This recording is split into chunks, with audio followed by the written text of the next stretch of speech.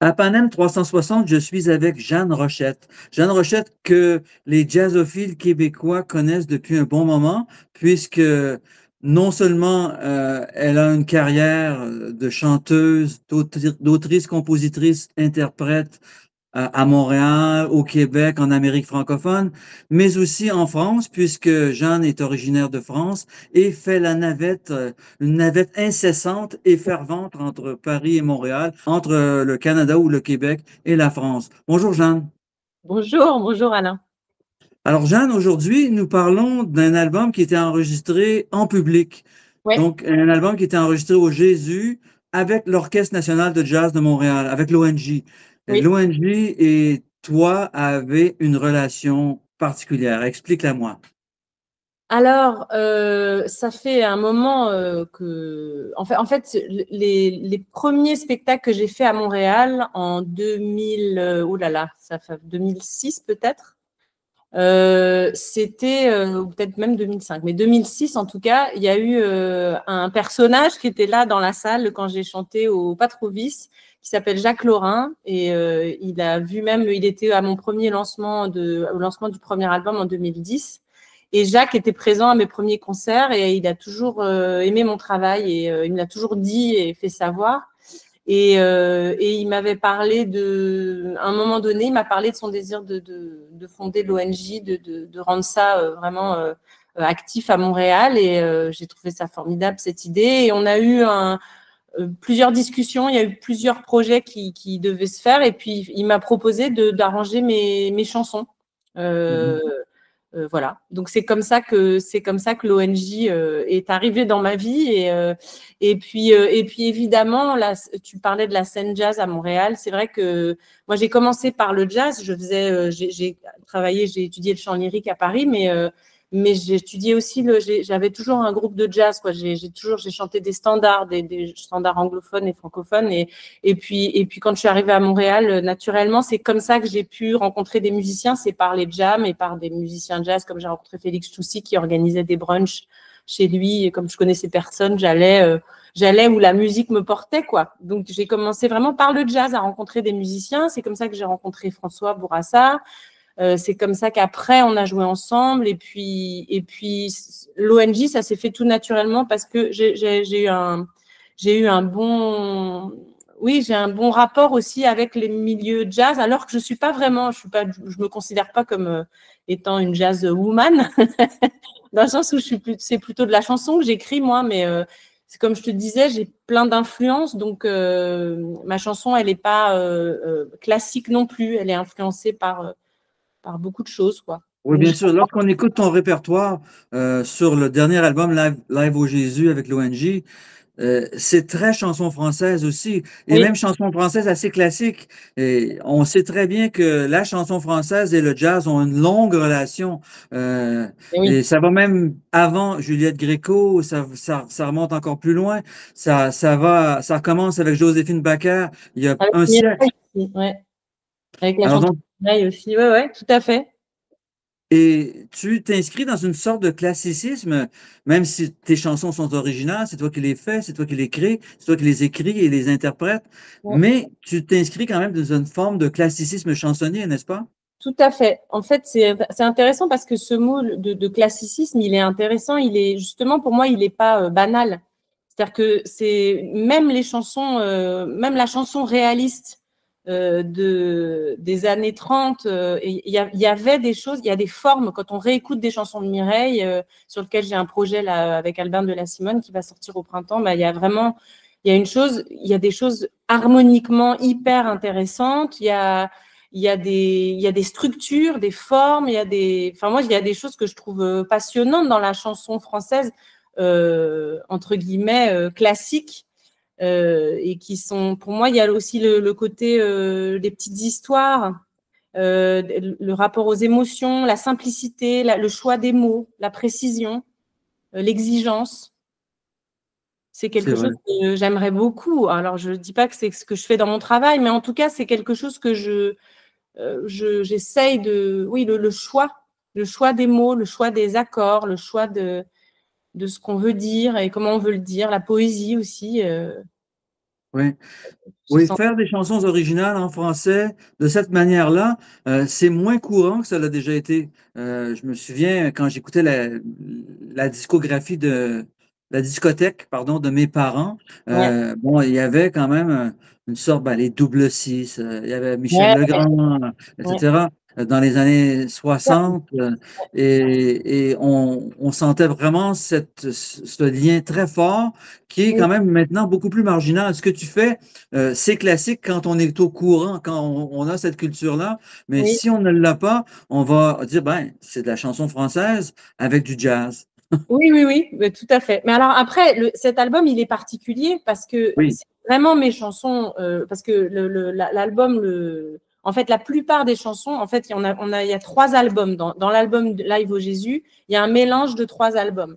Donc, il y a le premier qui est sorti en 2010, qui était alors là plus vraiment, vraiment à peu près jazz, parce les arrangements, c'était ce qu'on a fait live avec Thomas Carbou, Adrienne Vidadi, Philippe Melançon, François Bourassa. Donc, c'était vraiment un groupe jazz avec lesquels on a fait la tournée ici et au Canada et international et tout. Et puis après, il y a eu en 2016 un album plus, entre guillemets, de forme classique qui s'appelle Caché. Là, c'était carrément des arrangements avec hautbois, basson, des cordes. C'est Jeannot Bournival qui a fait ça à Saint-Élie, donc je l'ai enregistré aussi ici. Il y a une facture beaucoup plus classique, c'est Mathieu Désy aussi qui a fait des très beaux arrangements de cordes. Donc ça, c'était en même temps de la chanson, mais voilà, une texture différente. Et puis en 2016, La Malhonnête, il est un peu plus teinté pop et rock parce que c'est avec la base, c'était basse électrique avec François Pualto et Muveline à la batterie, guitare électrique. Moi, j'étais au piano et clavier, donc il y a une facture qui est un peu plus pop, un peu plus rough, quoi. Et donc, Mhm.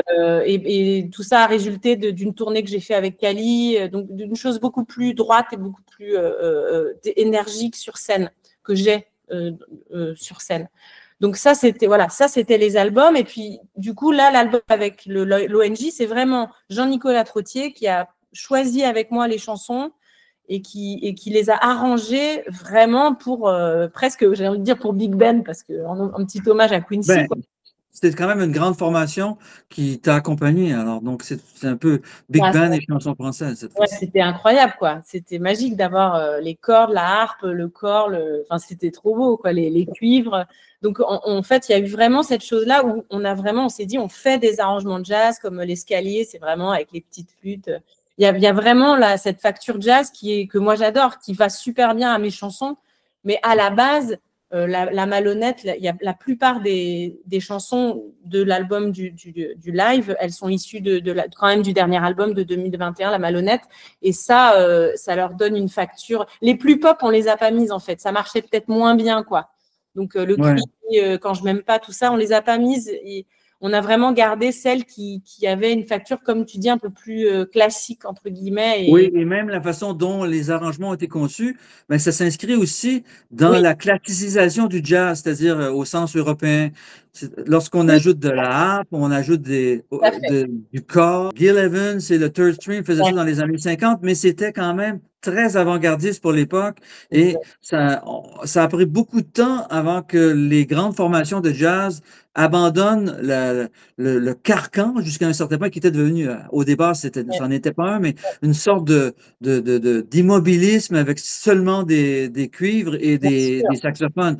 Maintenant, on est beaucoup plus proche de l'orchestre de chambre à la française ou à l'européenne, pas à la française, mais à l'européenne, avec aussi le leg du jazz. Et c'est ça que tu as derrière toi dans cet album-là. Ouais, c'est ça qui est jubilatoire pour moi, parce qu'en même temps, je trouve qu'il y a une vraie il a un grand talent, Jean-Nicolas, parce qu'on a eu une répète, hein.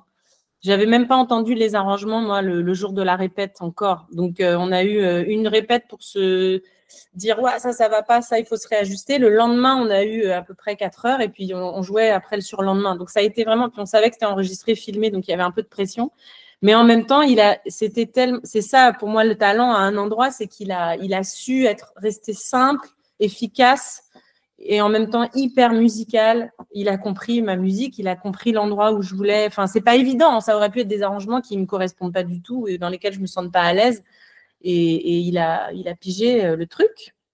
Oui, tu n'avais pas d'a priori, tu n'avais pas de Non, direction à lui proposer. Tu lui as laissé carte blanche. ouais, complètement. Et d'ailleurs, il y a un morceau que je fais d'habitude piano-voix, bout de ficelle, qui a été super parce qu'il n'y a pas de piano. Et donc, il a laissé la harpe mener le truc et c'est un de mes préférés dans le. Donc, il a cherché des choses avec les arrangements, moi, qu'on avait déjà fait sur les albums. Mais il a quand même réussi à trouver un autre chemin et c'est chouette. C'est Moi, j'ai chouette, certain. l'impression, Et comment ça s'était passé? Parce que je n'ai pas assisté, moi, au concert au Jésus, qui a été d'ailleurs repris récemment à Repentigny oui. en octobre dernier, n'est-ce pas? Ouais, on a fait le live au Jésus il y a 2 ans. C'était formidable. Ça s'est très bien passé pour le peu de répètes qu'on a eu et c'était un peu magique cette soirée. Magique à tel point, parce que d'habitude, les albums live, on les fait en 2-3 fois, on prend les meilleurs techs et on fait un album, quoi. Et là, avec Jacques, on s'est dit, bah, en fait, on peut faire l'album, voilà, ça peut se faire. Donc, on l'a Mhm. fait. C'était magique. C'était très bizarre parce que j'ai pas l'habitude. J'étais devant et l'orchestre est derrière moi et j'ai le chef à ma gauche et faut que j'ai l'habitude de regarder mes musiciens quand je chante. Donc là, j'étais vraiment face publique. Je savais que c'était filmé en plus. Donc, j'étais pas la plus à l'aise du monde. Je pense que ça va, ça se voit pas trop, mais c'est vrai que j'avais 1 mètre carré pour bouger, alors que d'habitude, je sautille partout. Donc c'est Ouais, bien, ça m'a peut-être canalisé. oui. Ces arrangements-là peuvent être repris aussi pour des grandes formations en France parce que tu mènes ta carrière en France et en Amérique francophone, Ouais, surtout, et en Amérique tout j'aimerais court, mais bien. surtout en Amérique francophone, puisque tu chantes en français, tes textes sont francophones, alors Bah, tu aimerais franchement, bien le faire avec en il y fait, a plusieurs big bands en Europe. ouais, il y a des big bands, puis il y a aussi l'ONJ en France. Donc Oui, l'Orchestre national de jazz de France, oui. je sais pas ce qui sera possible, mais j'ai des pistes un peu là-bas aussi parce qu'effectivement, c'est magique, la musique est écrite au complet. Chaque note. Donc, effectivement, ce serait possible. J'aimerais beaucoup le reprendre si on pouvait faire ici les Franco. Je sais que Damien Robitaille l'a fait aussi avec eux. Donc, je sais pas, moi, je rêve à des doubles plateaux, des choses qui pourraient faire que ça se reproduise, parce que c'est compliqué de booker 25 musiciens. Voilà. Mais voilà. Et on l'a rejoué effectivement à Repentigny le 10 octobre pour le lancement. Et c'était formidable. Euh, c'était un concert super. Vraiment. Excellent. Voilà. Donc, le texte est en avant quand même. Tu fais pas du scat ou des choses comme ça tant que ça, ou si peu. Alors, en Euh, fait, oui. En fait, comme c'était très écrit, comme c'est de la musique, comme c'est pour l'orchestre, c'était vraiment les sections d'ouverture. Et moi, je voulais quand même qu'il y ait des solos d'instruments, etc. Il y a André Leroux qui fait des super solos, Zanella, etc. Bon. Je voulais qu'il y ait ça, mais moi, j'adore improviser. Donc, dans mes concerts, j'adore faire des. C'est pas du scat traditionnel. non, c'est des transformations de la chanson elle-même.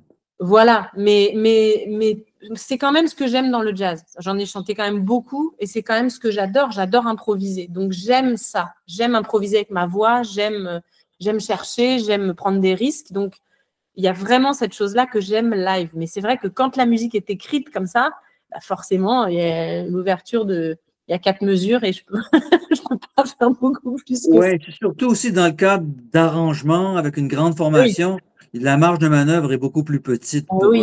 changer le cours des choses. Oui, puis c'était intéressant pour moi, le but, c'était pas non plus de faire du scat traditionnel dans un solo. Enfin, je le fais un tout petit peu dans l'escalier, mais c'est plus anecdotique et je voulais pas aller là, quoi. Enfin, ça m'intéressait moins d'aller là. J'aime garder, mais comme dans la chanson, pour moi, le côté chanson,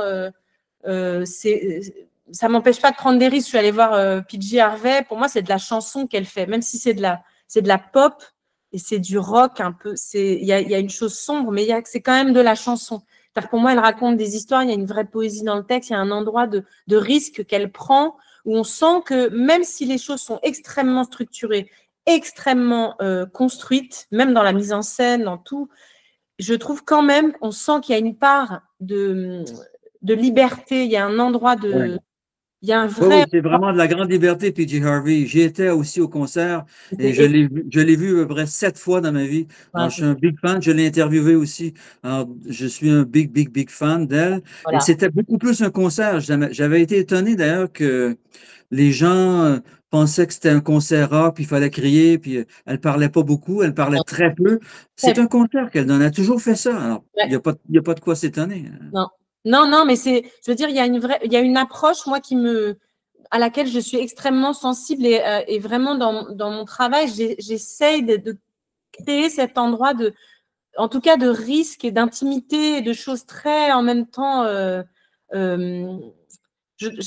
créatrices, quoi. De garder cette chose-là, de garder, et pas que les choses soient chantées tout le temps pareil, jouées tout le temps pareil, garder un endroit vivant avec les musiciens, que la musique soit vivante, que les mots restent vivants. Mais comme je suis comédienne aussi, donc il y a cet endroit de garder l'endroit du jeu vivant.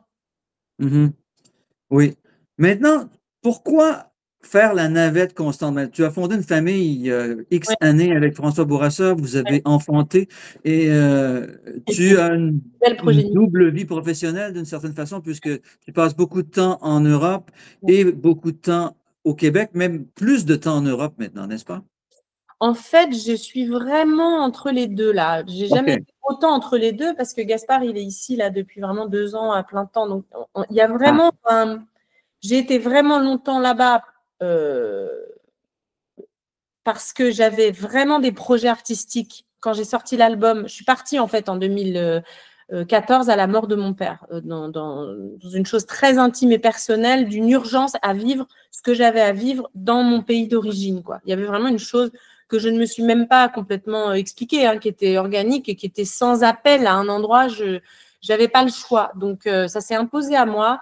Et c'était extraordinaire parce que j'ai pu avoir aussi, je pense, j'avais besoin d'avoir une forme de reconnaissance dans l'endroit où j'ai grandi, dans ma culture, avec mes pères là-bas, avec des artistes j'estimais là-bas. Voilà. Donc, j'ai fait vraiment beaucoup de concerts là-bas. J'ai sorti 2 albums. Enfin, j'ai sorti la Malhonnête en 2021. Il y a eu le Covid, il y a eu tout ça. Bon. Mais quelque part, ce que j'ai tissé, je suis restée quasiment à plein temps, 8 ans là-bas, presque 10 ans. Et il y avait vraiment dans ce retour, le retour aussi sur scène en tant que comédienne, dans des projets que j'adorais, mon groupe aussi là-bas, avec lequel j'ai construit le troisième album, des projets, je te dis, avec des gens comme Albin, de La Simone, là, Alexis HK, des gens… Cali, les tournées avec Cali, les tournées, le travail, j'ai fait les premières parties de Catherine aussi, donc des choses qui me nourrissaient artistiquement et qui me correspondaient, voilà. Donc là, tout ce que j'ai construit pendant ces années, c'était impossible pour moi de lâcher tout ça et de me dire, bon, bah, maintenant, je reviens, je suis que au Québec. Et donc, je suis à la fois dans cette nourriture super que j'ai en France et ici aussi des projets que j'adore ici et le projet de l'ONG, ça en fait partie. Donc, pour moi, je suis partagée vraiment entre cet amour des deux cultures parce qu'il y a aussi des artistes que j'aime beaucoup ici. Donc, je me sens dans une chose très… oui, finalement, ça me nourrit beaucoup d'avoir ces deux pays et les deux nationalités que j'ai maintenant.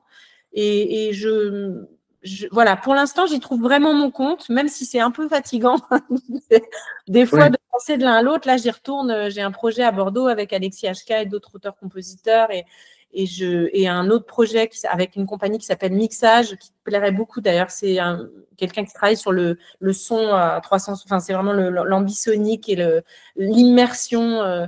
Et donc, c'est un projet qui mélange le théâtre et la musique et le chant. Donc, voilà, c'est riche, je travaille avec des gens talentueux que j'aime, qui me nourrissent. Dans mon travail aussi, je prépare le 4e album, je suis dans l'écriture, j'ai ce projet avec Albin au printemps. Enfin, j'ai des choses qui font que je nourris les deux endroits voilà, et j'adore revenir ici au Québec et profiter aussi de ma vie de famille et de Gaspard et de trouver cet endroit-là d'équilibre. Voilà, je cherche, hein, je n'ai aucune solution, je dis pas que c'est parfait parce que ça pose aussi des fois c'est compliqué aussi des fois, Ouais. mais j'y trouve mon compte. Je crois que artistiquement, j'ai besoin de ce bouillonnement, j'ai besoin d'être en risque, j'ai besoin de me sortir d'une forme de confort. Oui. J'ai compris avec le temps que cette instabilité me nourrissait, faisait partie de moi. Voilà. Pourquoi faire simple quand on peut faire compliqué? Ben oui, mais parce que je ne sais pas en fait ce qui est. Je ne sais pas, mais c'est moi, hein, je ne sais pas comment cette notion de simplicité, je ne sais pas si ça m'aide à créer. J'en sais rien. Non, la Je simplicité est une illusion. En général, soit pour que c'est une carence ou bien moi, c'est une illusion. en tout cas, pour Les moi, œuvres simples qui fonctionnent très bien sont des œuvres complexes, mais c'est elles ont l'air très simples. exactement. Et d'ailleurs, quand on voit un grand musicien jouer ou un grand patineur, on se dit, mon Dieu, que ça a l'air simple. En Et tout lorsqu'on cas, regarde de près, c'est autre chose. Ouais.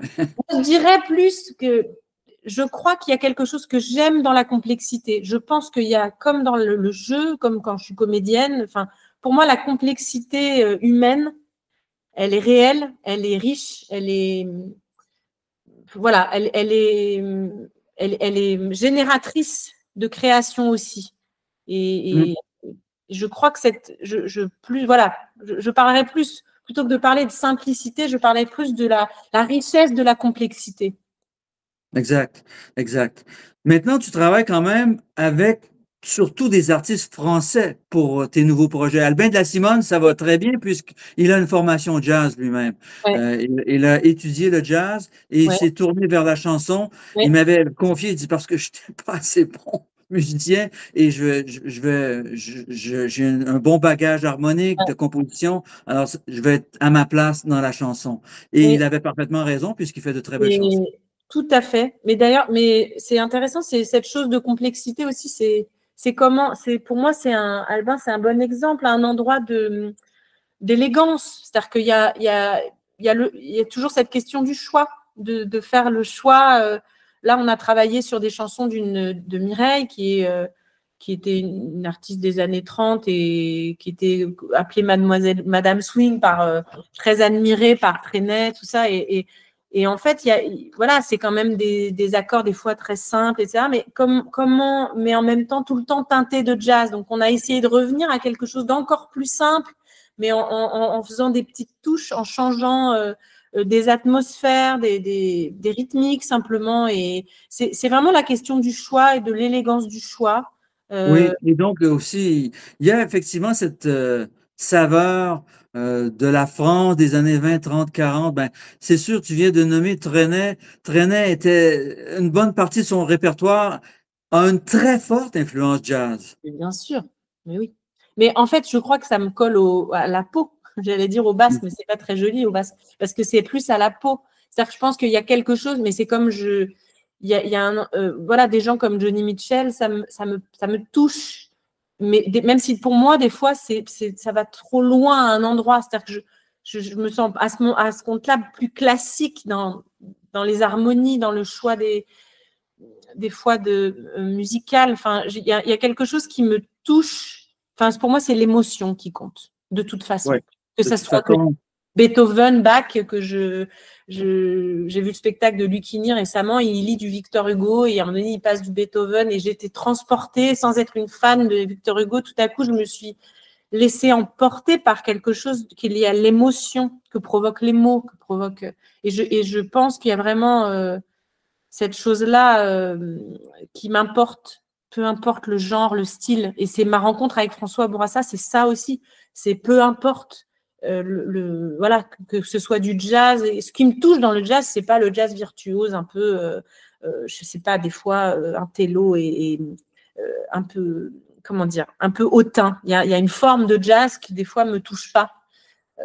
Et il y a une forme de jazz qui me touche quand c'est sincère. En fait, je pense que c'est lié à la sincérité, l'authenticité.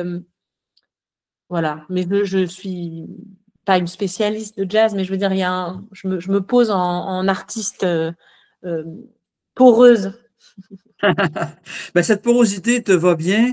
On va écouter encore et encore le live au Jésus avec l'ONG pour les mois à venir et on suivra enfin ton agenda puisqu'il y aura des nouveaux projets qui vont paraître dans les mois à venir. Tout à fait. Ben écoute, bonne navette Paris-Montréal qui Merci, va Alain. continuer, je l'imagine. Et bon temps des fêtes, merci. Bonne Merci, journée. Alain. Merci, bonne journée à toi.